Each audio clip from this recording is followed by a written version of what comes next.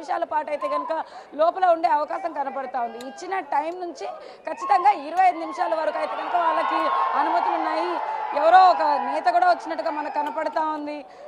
చూడొచ్చు already crowd అంతా కూడా బాగా నిండిపోయిన పరిస్థితి. ఇక్కడ ఎవరైతే ఇక్కడికి వచ్చారో వాళ్ళని చూడడానికైతే నందిగామ సురేష్ ఇప్పుడే ఇక్కడికి వచ్చినట్టుగా మనకు కనబడతా ఉంది విజువల్స్లో.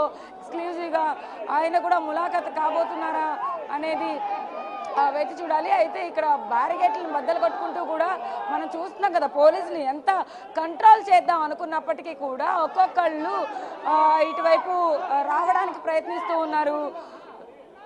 అయితే నందిగామ సురేష్తో పాటు ఇంకా కార్యకర్తలు కూడా సార్ ఏంటి వల్లభనేని వంశీని అయితే కలవడానికి ములాఖత్ కావడానికి వస్తున్నారు జగన్మోహన్ రెడ్డి, ఏంటి సార్ ఈ కేసు గురించి? ఏముందండి, మొదటి నుంచి చూస్తూ ఉన్నాం కదా, అక్రమ కేసులు పెట్టడం, తప్పుడు కేసులు పెట్టడం, అరెస్ట్ చేయడం. అంటే ఇది పూర్తిగా తప్పుడు కేసులు పెట్టడం వల్లే అంటారా? అంటే సత్యవర్ధన్ కూడా తనని కిడ్నాప్ చేశారని వాళ్ళ అన్నయ్య సొంత అన్నయ్య కంప్లైంట్ రైజ్ చేశారు. అసలు ఏం చేశారనేది అందరికీ తెలుసండి. ఎంత క్రిమినల్గా నడుస్తుంది ప్రభుత్వం అనేది అందరికీ తెలిసిన విషయం. చూస్తున్నాం కదా ఎంత క్రిమినల్గా నడుస్తోంది ప్రభుత్వం అనేది ఖచ్చితంగా ఆయన కమెంట్స్ చేస్తూ ఉన్నారు.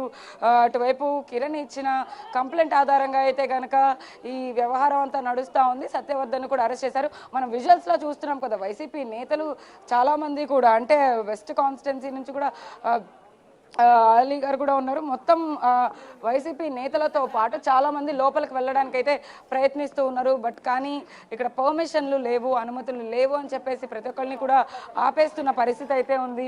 అయితే ఇక్కడ చూడొచ్చు మనం క్రౌడ్ అంతా కూడా మనకి కనపడుతూ ఉంది. దాదాపు 2 గంటల సమయం పడుతోంది ఇక్కడికి అందరూ వచ్చి కూడా. ఇంకా ములాఖత్కి సమయం పట్టే నేపథ్యంలో అయితే ఒక్కరిని కూడా అనుమతించట్లేదు లోపలికి. డైరెక్ట్ మాజీ ముఖ్యమంత్రి జగన్మోహన్ రెడ్డి వచ్చిన తర్వాతనే ఆ 5గురిని మాత్రమే లోపలికి పంపించే అవకాశం అయితే కనపడతా ఉంది. తప్పితే మిగిలిన వాళ్ళకి కూడా అనుమతులు లేవు అంటూ కూడా ఆర్డర్ కాపీలని చూపిస్తూ వాళ్ళందరినీ కూడా ఆపేస్తున్న పరిస్థితి అయితే ఉంది. కొంతమందిని అయితే కనుక మాట్లాడి నందిగామ సురేష్ లోపలికి వెళ్తున్నారు. మనం చూస్తున్నాం కదా ఆ విజువల్స్ ఎక్స్క్లూజివ్గా చూడొచ్చు. ఇప్పుడు సబ్జైల ప్రాంగణం, ఈ లోపల సబ్జైల విజువల్స్ మనం చూడొచ్చు.